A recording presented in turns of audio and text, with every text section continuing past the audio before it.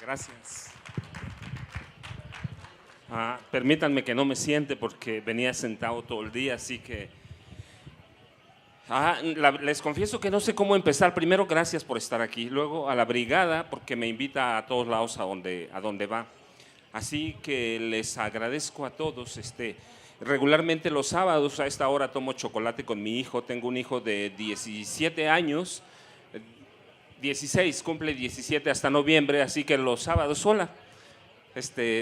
Estaba atrás de ti. Entonces les agradezco porque yo hasta ahora estoy con mi hijo siempre y esos son los últimos años, creo 3 o 2 que lo puedo disfrutar. Ya anda noviando, así que les agradezco que estén aquí.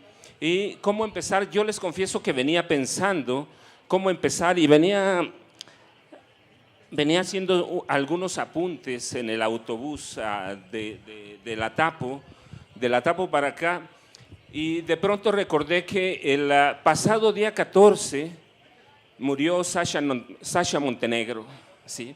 ¿Y quién no conoció a Sasha Montenegro en su buena época? Murió de 78 años, pero Sasha la verdad es que era increíble. Era increíble, con Olga Briskin, con Lin May, con Wanda Seux, que eran el cine de las ficheras, ¿cierto? Que nos puede gustar o no, pero era un cine que teníamos y que todo el mundo iba. Sí, no sé a cuántas películas fui a ver, pero seguramente que vi algunas. Y en mi época no había table dances, pero había cabaretes o cabarets. Si me preguntan si fui, pero claro que fui. Siempre he tenido una vida normal y me gusta contar lo que hice. Mis libros nacen a partir de mis vivencias. Nada de lo que escribo, cuando escribo cosas históricas seguramente que no, pero las he leído. Pero la mayoría de mis libros, como Las Damas del Poder, es un libro que nace de las vivencias de mi madre, las primeras, y que yo conocí hasta los 13 años cuando se murió. Mi madre murió en 69 cuando iba a cumplir 13 años, así que son libros que salen así. Y en esa época, un poco después, vino el auge en los 70 del cine erótico, la sexicomedia, y Sasha Montenegro era famosa por eso.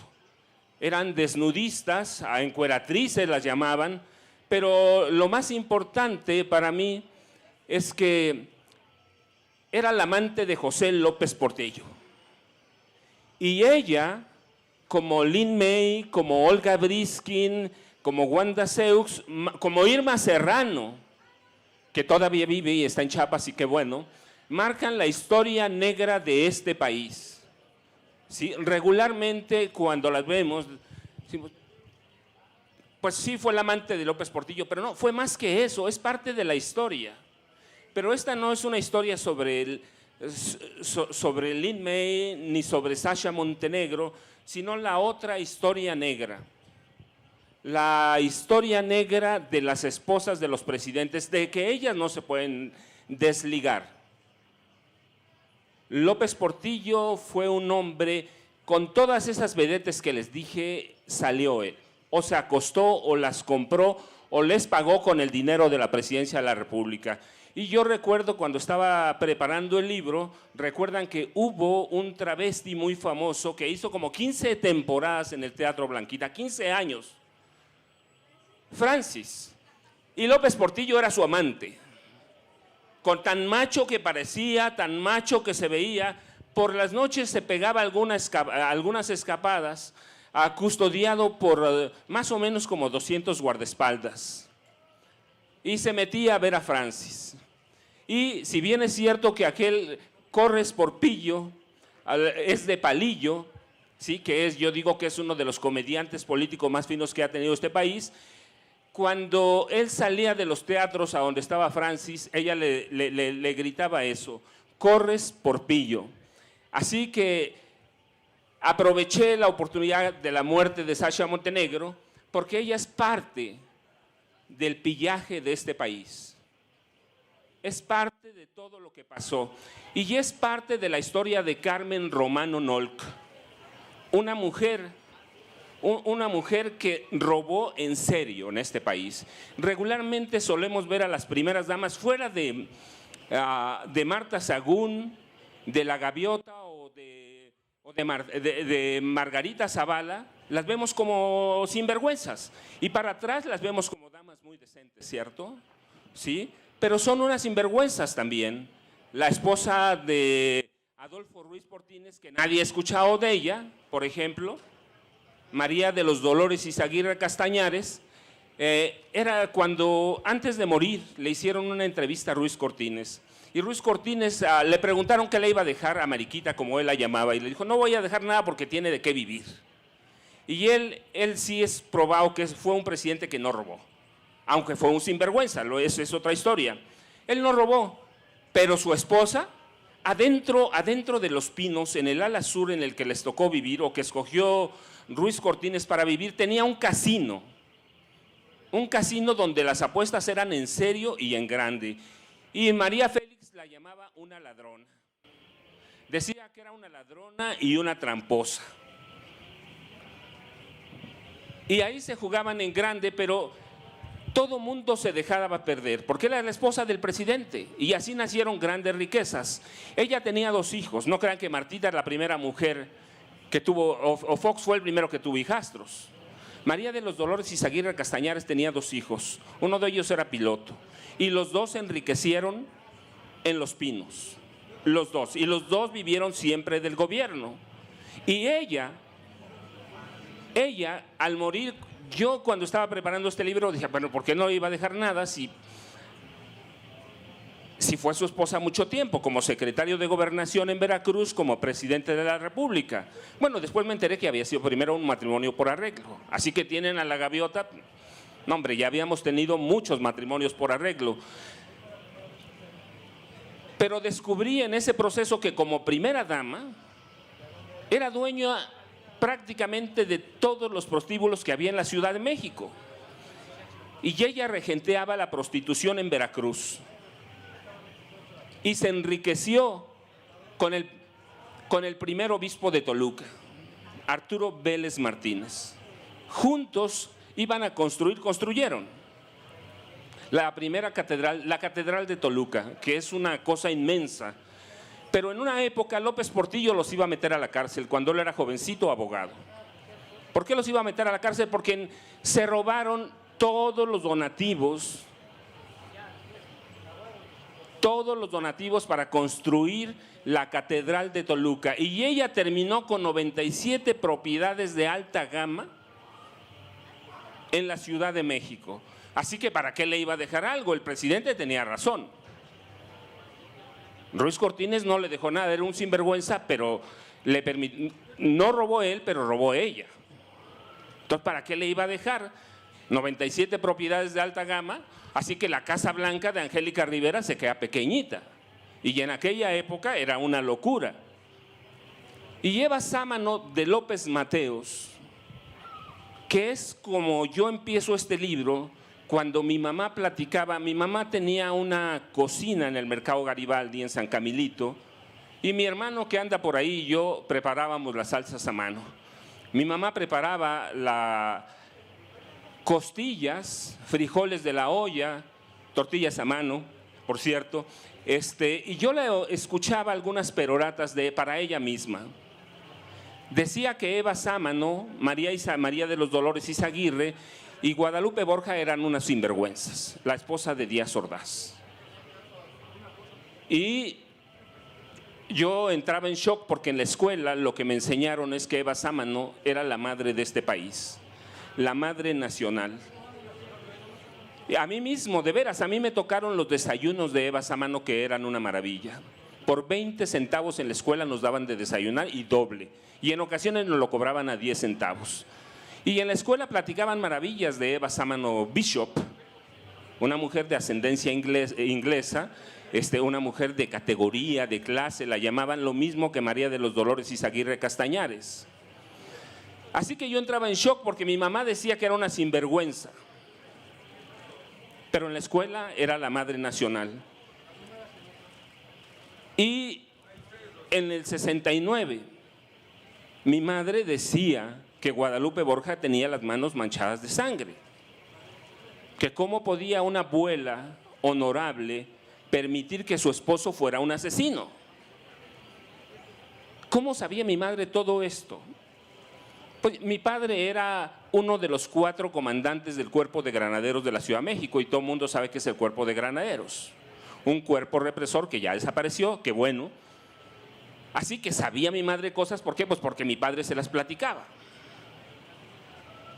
Y en el camino entendí por qué ella decía que Eva Sámano era una sinvergüenza. En el gobierno de López Mateos, cuando ellos llegaron a Los Pinos, ya estaban separados. Ella sabía que su esposo no podía gobernar. Si vivían juntos, pero separados. Lo mismo que López Portillo y Carmen Romano. Sí, vivían en Los Pinos, pero estaban separados. Eva Sámano Bishop vivía con López Mateos, pero no vivían ellos en Los Pinos, porque nunca fueron a vivir a Los Pinos. Vivían en su residencia particular. Pero ella sabía que él no podía gobernar. Ella sabía que tenía una enfermedad que no le iba a permitir gobernar. Tenía 7 aneurismas, así que los dolores de cabeza eran terribles. Por eso no quiso vivir en Los Pinos. Y en esa época no había tantos medicamentos como ahora, seguramente con fentanilo lo habrían curado. Sí, de veras, eso es cierto. El fentanilo es para eso. Que luego abusemos de ese es otra cosa. ¿Sí? Pero entonces él se volvió un alcohólico. Ciertamente hizo cosas buenas, sí, pero un alcohólico. Y era un alcohólico que por las noches salía a cazar jovencitas. Si hubiera gobernado hoy López Mateos, habría sido un pederasta, que es un delito que inventan hasta después. Sí, antes no había. Y era un hombre que cada noche se escapaba de su casa, se le escapaba al Estado Mayor y salía a buscar jovencitas. Pero y entonces, Eva Sámano, ¿qué ganaba? Pues ella llegó a un acuerdo con Gustavo Díaz Ordaz y con otros 2 amigos de López Mateos que habían llegado juntos al Senado en el 46 y habían acordado repartirse el país. Y Eva Sámano se quedó con toda la política social, no las obras de beneficencia. Sí, no las obras. Y pensaba que ese puesto era para toda la vida. De tal forma que cuando termina el sexenio de López Mateos, ella seguía manejando las instituciones como el INPI, hasta que Díaz Ordaz la empezó a investigar por corrupción y obligó al gobierno a cortarle todos los recursos a las instituciones para la niñez. Y solo así se fue ella del gobierno. Y solo así Gustavo Díaz Ordaz dejó de investigarla, pero además él ya estaba casado con otra mujer, aunque no se había divorciado de ella. Con una se casó por lo civil, con otra por la iglesia. Por mala fortuna de la segunda esposa, López Mateos se enfermó alguna vez cuando fue a visitar a su hija. Eva Sámano prohibió que el nombre de esa mujer apareciera en algún documento oficial. Y prohibió que le permitiera a sus hijos ver a su padre. Así que esa mujer caritativa no era tan caritativa. Así que cuando hablamos de la copresidenta que tuvimos a través de Marta Sagún, la verdad es que ya habíamos tenido una copresidencia, pero mucho tiempo antes. Si el gobierno ya se dividía desde antes. Y Guadalupe Borja, que tampoco la conocemos, ella sabía que su esposo era un asesino. Sabía que Gustavo Díaz Ordaz había dado las órdenes para asesinar, para reprimir a estudiantes. Y tan lo sabía que murió loca prácticamente. No lo digo yo, lo dicen sus hijos. Cuando terminó el gobierno de Díaz Ordaz, la llevaron a Europa y se regresó deprimida, se regresó a morir. Y mire, cuando hablamos de otras primeras damas que también parecían perfectas, Nilda Patricia Velasco de Cedillo, por ejemplo, que era una mujer modosita que estaba pegada a las faldas de su esposo, a los pantalones de su esposo, nunca se separaban. Nunca se separaban, en realidad había varias cosas por las que no se separaban, porque tenía miedo que lo matara Salinas a Ernesto Zedillo. Pues claro, había matado a Colosio, había matado a Ruy Massieu Francisco, José Francisco Ruy Massieu, que era su cuñado, habían matado a Juan José Posadas Ocampo, el cardenal, así que tenía miedo y no se le separaba. La gente decía que era alcohólica, la realidad es que nunca le probaron una sola información de que tomara. Pero también tenía miedo que la mataran porque su papá y sus hermanos controlaban el cártel de Colima. Eso es, hay evidencias, hay documentos, había grabaciones de que el papá de Nilda Patricia y los hermanos controlaban el cártel de Colima, que se dedicaban ¿a qué? Al tráfico de drogas sintéticas, metanfetaminas. ¿Y qué son las metanfetaminas? Pues lo que hoy es el fentanilo. Ese es un proceso. Y ellos controlaban todo. Había el general José Gutiérrez Rebollo, tenía todas las evidencias, tenía grabaciones del papá, de los hermanos de Nilda Patricia. ¿Qué hicieron? Lo encarcelaron al general y se murió en la cárcel.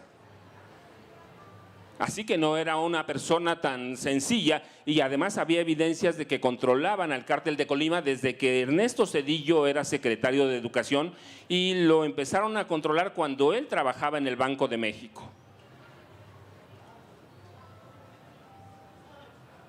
Y Paloma Cordero de la Madrid, otra mujer que era muy exquisita, la llamaban la mujer perfecta, la esposa perfecta de un presidente, la primera dama perfecta de este país. Y mire, es bien curioso su historia, porque cuando ellos llegan a Los Pinos, esa mujer perfecta y ese presidente perfecto, también hay un accidente, una serie de explosiones en San Juanico, que fue 19 de noviembre, ¿cierto? 19 de noviembre, explosiones en San Juanico.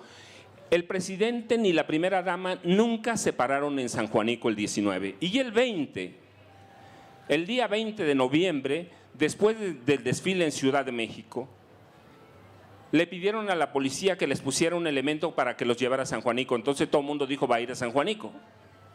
Pero la primera orden que recibió ese policía es que nunca llegaran a San Juanico, porque a la señora le horrorizaba la pobreza, le horrorizaba la tragedia.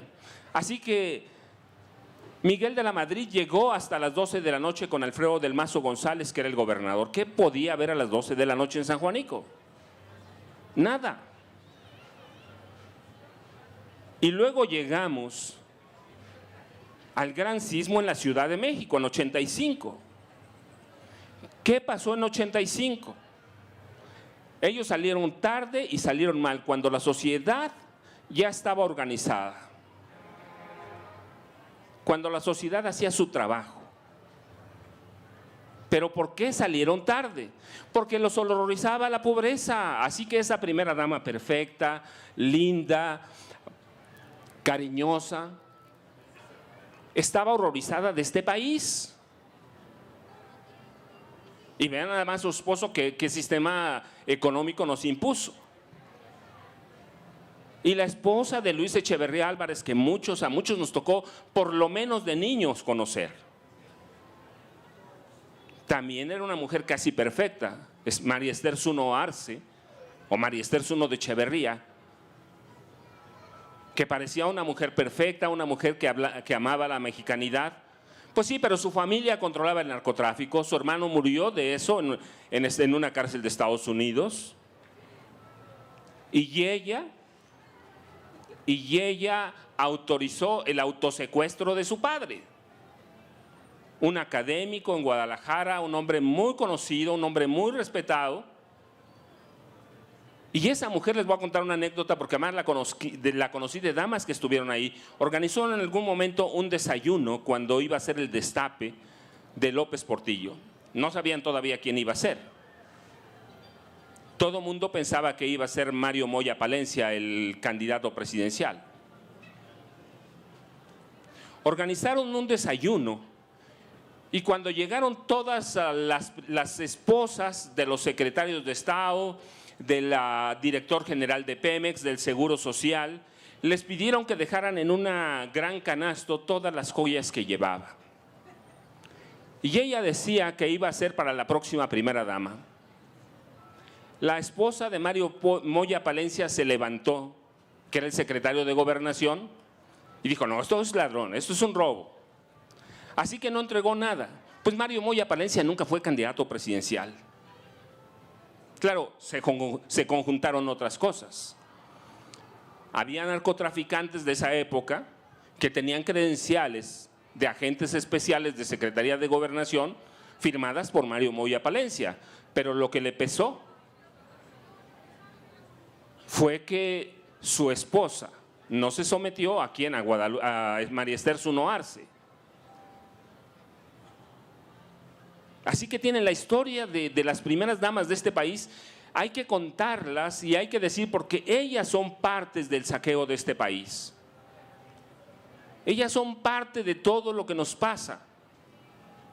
Hay quienes dicen que eran mujeres dóciles, sumisas, que la época del machismo las obligaba a estar en casa. La mayoría de ellas eran estudiadas. Hay que ver los desmanes que hicieron los hijos de Guadalupe Borja en Los Pinos. O la esposa de Díaz Ordaz. En el gobierno de Díaz Ordaz se construyó y se desarrolló Cancún, que era un proyecto de Gustavo Díaz Ordaz. Cuando pasa el tiempo en la historia, los mayores acaparadores de tierras en Cancún eran Luis Echeverría y María Esther Zuno Arce. Así que, como ven, ni la Gaviota, ni Marta Sagún, que yo digo de todas la peor es Marta Sagún. Sí, para mí, ya cuando hago un recuento, miren, se enriqueció ella, se enriquecieron sus hermanos, primos hermanos. Yo recuerdo mucho cuando llegaron a Los Pinos, ella dio dos órdenes. Una, que nombraran a uno de sus primos director de innovación tecnológica del IMSS. Un par de meses después se entregó un contrato multianual, porque era eso, multianual por 3,000 millones de pesos a una empresa india. Se llama Tata y todavía existe. 3,000 millones de pesos. Unos meses después se descubrió que era un fraude, que era una tranza, que había sobrepagos, que había de todo. Desapareció el primo, pero el dinero nunca apareció tampoco. Desapareció con todo y todo. Y la otra orden que dio es que había un grupo automotriz que tenía como gerente general a otro de sus primos hermanos. Y le dieron un contrato para renovar toda la flota de combustibles de Pemex. Con los años, ese grupo salió de la quiebra y hoy publica el Heraldo de México.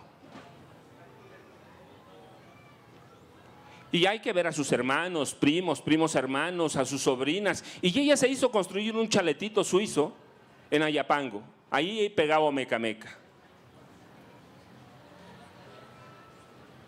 Y en su casa de Las Águilas, les confieso a más porque lo sé, yo trabajé alguna época con un periodista que algunos de ustedes conocieron que se llama José Gutiérrez Vivó. Y yo he dicho que en alguna época él era un monstruo y el mejor jefe que tuve en toda mi vida. Alguna época en la campaña de Cedillo lo invitaron a hacer una entrevista a cada uno de los presidenciables. Y José lo platicó porque me lo platicó a mí con otro amigo que lo veíamos cada semana en su casa para que nos diera una idea para dónde quería que fuera su periódico. Que les confieso que además nunca nos dijo nada porque platicaba muy rico y ya se le olvidaba y era un tipo muy respetable y respetaba lo que hacíamos en su periódico. Y nos platicó que cuando fue a hacer la entrevista a Margarita Zavala, lo pasaron a la casa de los sirvientes, que era 276 metros cuadrados y atrás tenían más de 1,500 metros de cuadrados de construcción. Y en Ayapango, a donde se construyó su chaletito suizo, pagaron 3 pesos o 10 pesos por metro cuadrado cuando costaba casi 200 pesos. Sí, le robaron a los propietarios. porque era el presidente de la República su esposo.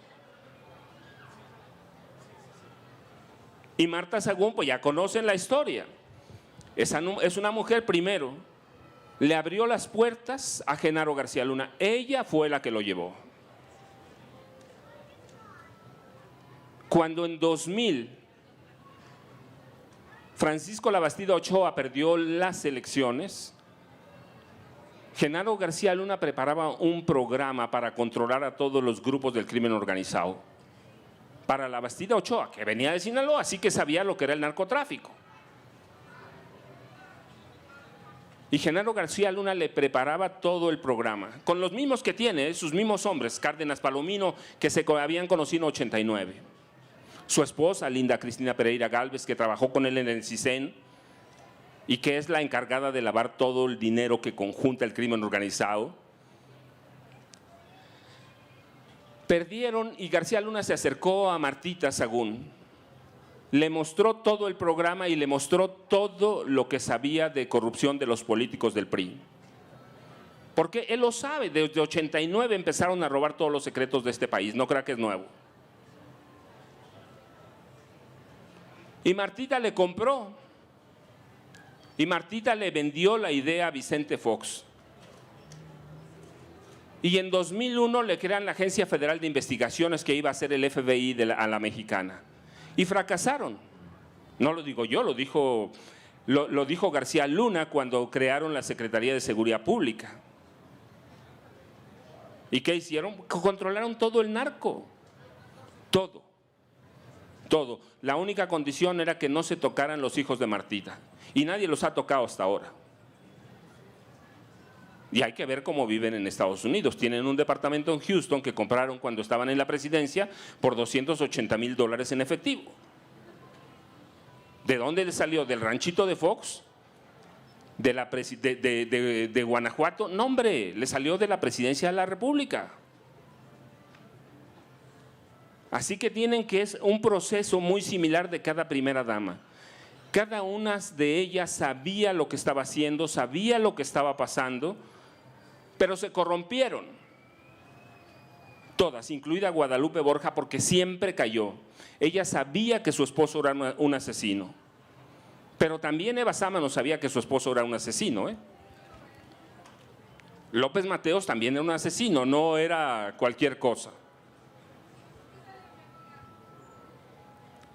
Y la gaviota Angélica Rivera, ustedes la conocen, es la historia reciente. ¿Por qué se casó con Enrique Peña Nieto? Pues porque salió de un catálogo. Cuando Enrique, y se lo digo porque lo he dicho y lo he documentado por lo menos en 2 libros. Cuando Enrique mató a su esposa, Mónica Pretelini, le buscaron una esposa perfecta. Pero ya una historia conocida porque lo habían hecho lo mismo con Adolfo Ruiz Cortines. Y había pasado lo mismo con José López Portillo. Cuando José López Portillo y Carmen Romano Nork llegaron a Los Pinos, tenían 14 años separados. Y les cuento una anécdota porque además la conozco en documentación. En algún momento ahora platicamos de Huachicol como si nada. Son ladrones de combustible. Cuando llegó López Portillo a la presidencia, su hijo, José Ramón López Portillo Romano, le dio la orden al director general de Pemex de instalar válvulas clandestinas por todo el país para robar combustible. Y así nació el huachicol, por eso no lo pueden combatir ahora. Por eso no es tan fácil. Y en una ocasión de esas tomas clandestinas salió un buque cargado con $100 millones de petróleo, que fueron a parar a las cuentas de Margarita López Portillo y Pacheco.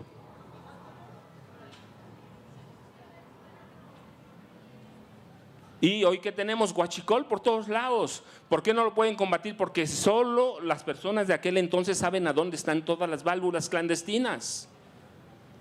No hay todavía tecnología para detectar todas, saben a dónde hay, baja la presión, pero cuando llegan a un lado ya se van a otro. Así que aquí tienen el huachicol y hubo una época en el gobierno de López Portillo que el hijo de López Portillo y la mamá lo sabía, controlaba el mercado negro de petróleo en Rotterdam, allá en los Países Bajos, en Holanda, que como lo conocemos, aunque son Países Bajos. Sí, Holanda y Holanda son dos provincias de los Países Bajos. Y si hemos platicado, yo empecé platicándoles por la leyenda negra de los amores prohibidos de los presidentes, porque también ellas, ¿quién no conoce los amores de Carmen Romano? Pues todo el Estado Mayor presidencial, cada noche cambiaba uno. Y tenía un amante que era muy famoso y que lo conocimos aquí en México por el nombre de Uri Geller, un tipo que doblaba cucharas a través de las pantallas de televisión. Lo invitó Luis Echeverría en el proceso electoral y terminando las elecciones que iba a ganar López Portillo abrumadoramente, porque además con un voto habría ganado, lo señalaba, si mi mamá hubiera votado por mí, gano por mayoría porque no había candidato presidencial de la oposición.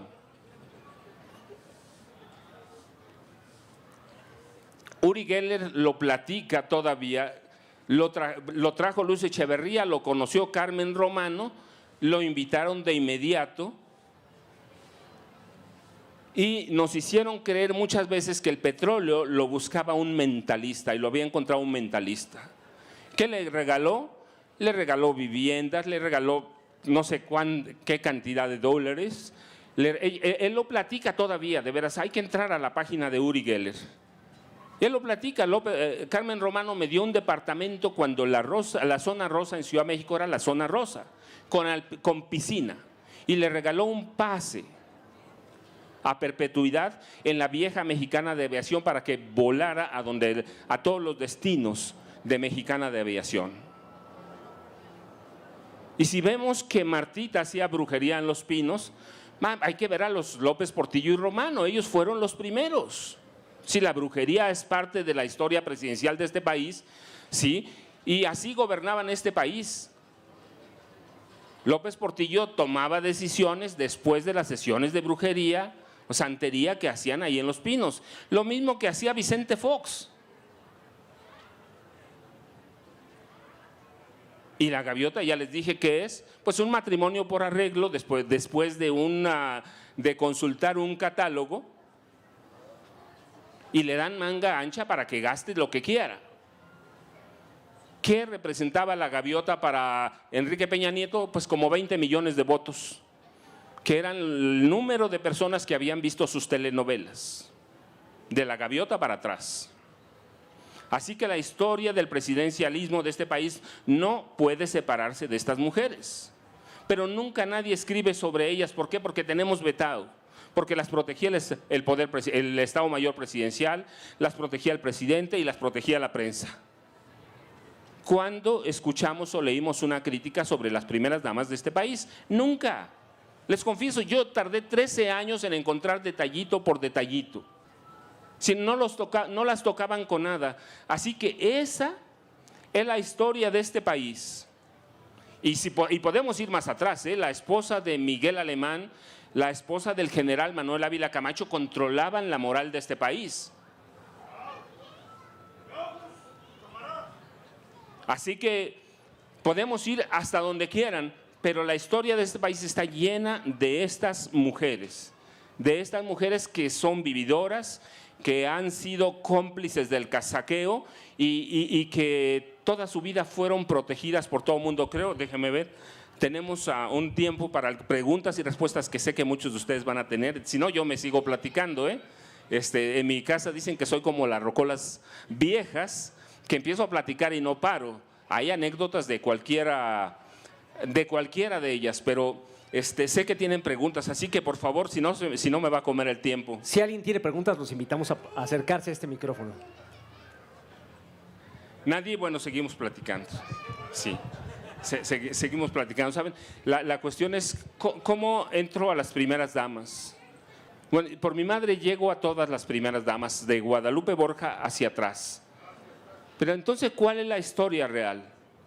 Uno, que Los Pinos siempre fue una historia de casinos.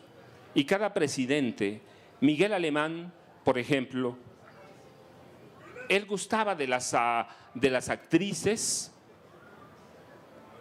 de las vedettes, de las modelos, mientras su esposa se hacía multimillonaria. Ella tenía la obsesión de construir una mansión mucho mayor que Los Pinos y mucho mejor que Los Pinos, que estaba en construcción cuando ella llegó a Los Pinos.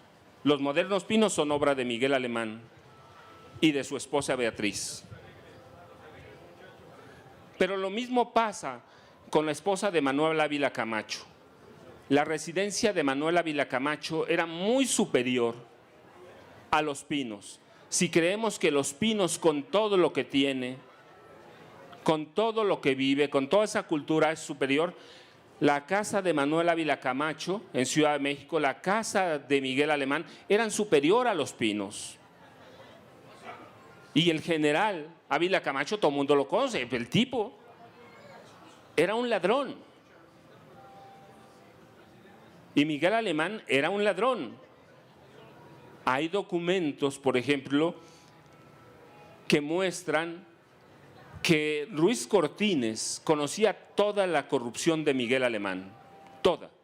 Lo decía en sus discursos, consulté todos sus discursos de campaña, todos. Y él alertaba que Miguel Alemán era un ladrón, lo mismo que todos sus secretarios de Estado. Y en esa época, cuando Beatriz Velasco, que era la primera dama, saqueaban el erario, Los Pinos era conocido como la cueva de Alibaba. Y los 40 ladrones eran los secretarios de Estado y los gobernadores.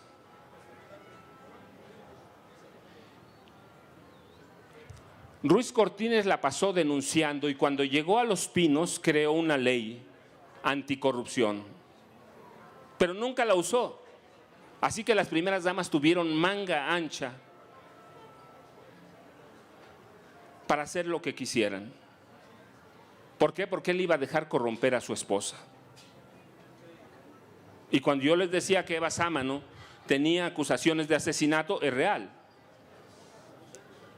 En esa época, en la época de Adolfo López Mateos, había un líder social campesino, el último zapatista, Rubén Jaramillo Menes. Y en algún momento, elementos del Estado Mayor, del Ejército, la Policía Judicial, la Policía Federal, llegaron a la casa de Rubén Jaramillo, irrumpieron en la casa, la saquearon y al otro día amanecieron ejecutados Rubén Jaramillo Menes, su esposa Epifania Zúñiga y los 3 hijos de ambos, y Epifania embarazada. Y antes de eso yo me había enterado, consultando mis fichas, mi mamá sabía todo eso antes. ¿Cómo pudieron hacerlo eso? ¿Cómo pudo saber eso? Porque se planeó en Los Pinos. Se planeó en Los Pinos y Eva Sámano fue parte de ese plan. Ella era amiga de Epifania Zúñiga y le había prometido regalo de máquinas de coser para establecer talleres de costura en Morelos. Y a propósito las fueron retrasando y cuando las esperaba cayó el Estado Mayor.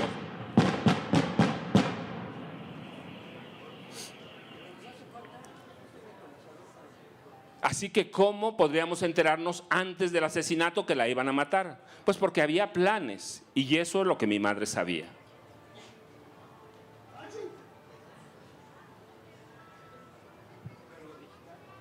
¿Cómo llegó Genaro García Luna a Marta Sagún? Genaro García Luna era el espía en la campaña de 2000, era el espía encargado de seguir día y noche, 24 horas al día, a Marta Sagún.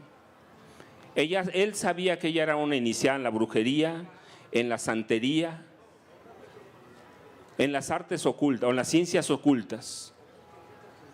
Y Genaro García Luna era iniciado en el culto al Señor de la Santa Muerte, no a la Santa Muerte, sino al Señor de la Santa Muerte. Así que ¿cómo llegó? Así llegó con ella. Y está documentado cómo llegaban a los brujos, a Los Pinos para tomar decisiones, para saber si podían hacer algo ese día o podían posponerlo. Así gobernaron. ¿Y cómo sabían que podían hacerlo? Porque Carmen Romano Nol, con su cuñada, hacían lo mismo, traían brujos de Catemaco. Esto que le platico, esto está documentado, no es porque me lo esté inventando, no, de veras está documentado. Bueno, Francisco Madero también hacía lo mismo, ¿sí? Pero Carmen Romano Nolk fue la primera en llevar brujos de Catemaco a Los Pinos, y como nunca nadie decía nada, como en este país nunca dijimos nada, pues podía hacer todo el mundo lo que quiera o lo que quisiera. Y con Angélica Rivera igual, cuando Enrique Peña Nieto mató a su esposa, que dijimos nada, pues hasta fuimos a votar por él, no porque estaba bien bonito, porque estaba bien guapo, ¿sí? Como le decían, Enrique Bombón contigo en el colchón, ¿no? Era cierto, ¿no? Así ganó Enrique Peña Nieto la presidencia y era un asesino.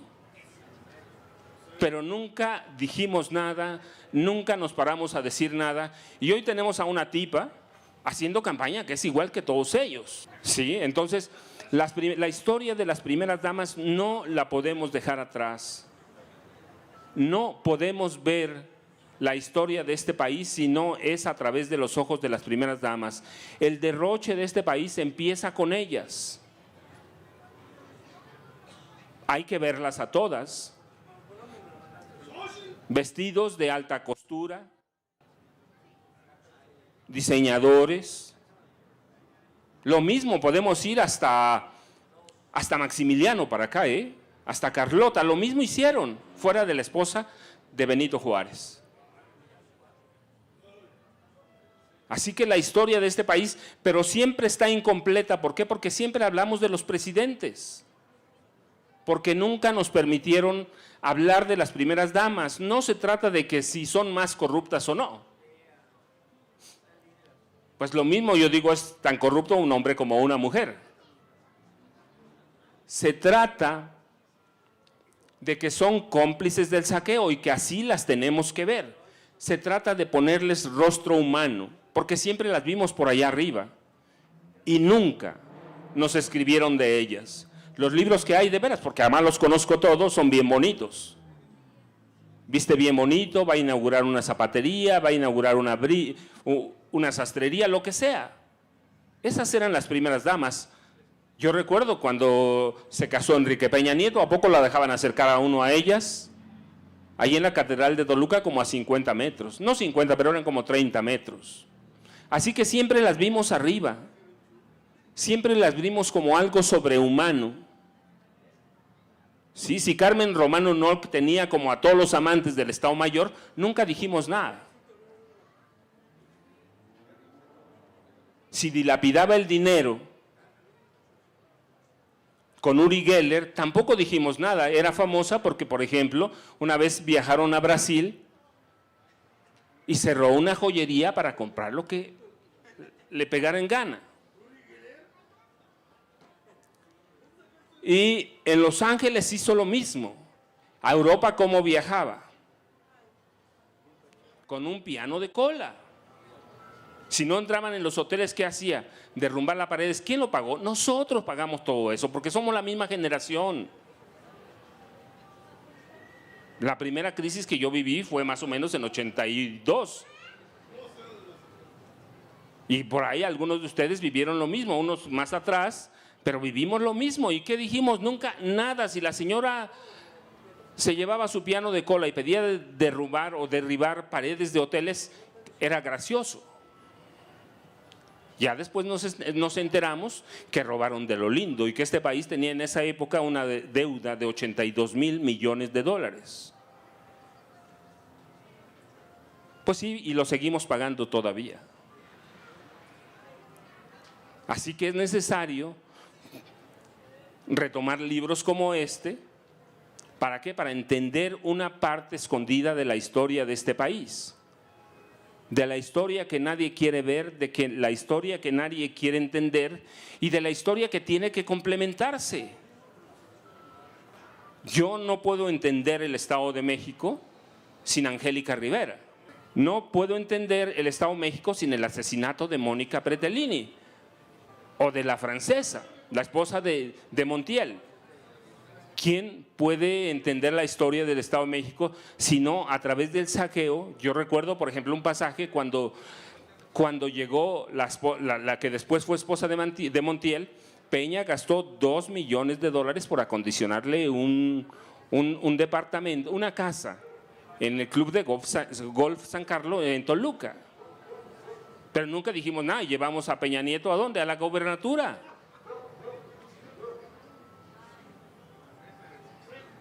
Así que permitimos que hicieran todo eso y hoy es necesario que retomemos la historia de este país, no solo a través de los ojos del presidente de la República,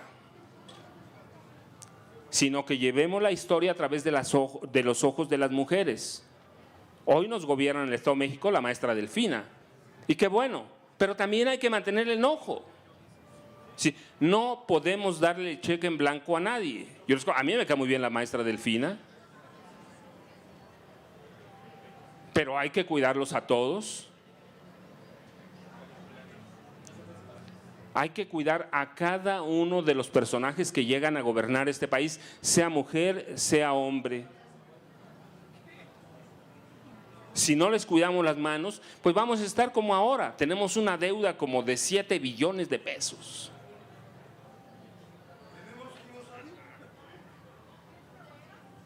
¿Quién la va a pagar? La vamos a pagar la van a pagar sus hijos y sus nietos. Lo mismo que los míos. Yo les dije, tengo un hijo de 17 años. Yo recuerdo mucho cuando estaban negociando el FOBAPROA, decían que eran 30,000 millones de pesos y terminó en 1 billón de pesos. Y hoy resulta que hemos pagado como 2 billones de pesos. Pero todo lo permitimos nosotros, porque después llevamos a Vicente Fox a la presidencia y después a Calderón. Así que tenemos que ver la historia a partir también de las primeras damas. De cada uno, de cada persona que reciba recursos de este país, tenemos que ver esa historia. Pues sí, porque podemos darle o cuidar al presidente y la primera dama. Cada persona que reciba un centavo en este país tiene que dar cuentas a este país, incluida la esposa del presidente, de López Obrador, por bien que me caiga. Yo digo, si volviera a postularse López Obrador, yo votaría por él, pero hay que cuidarlos. Si Beatriz Gutiérrez Müller fue al extranjero, representó al presidente y gastó un centavo público, pues tienen que dar cuentas, porque lo que hicimos es, a ver, la esposa del presidente, pues que dé cuentas el presidente. No, tienen que dar cuentas ellos. ¿Qué vamos a decir hoy con Delfina? Pues una mujer. No, tiene que dar cuentas, ¿sí?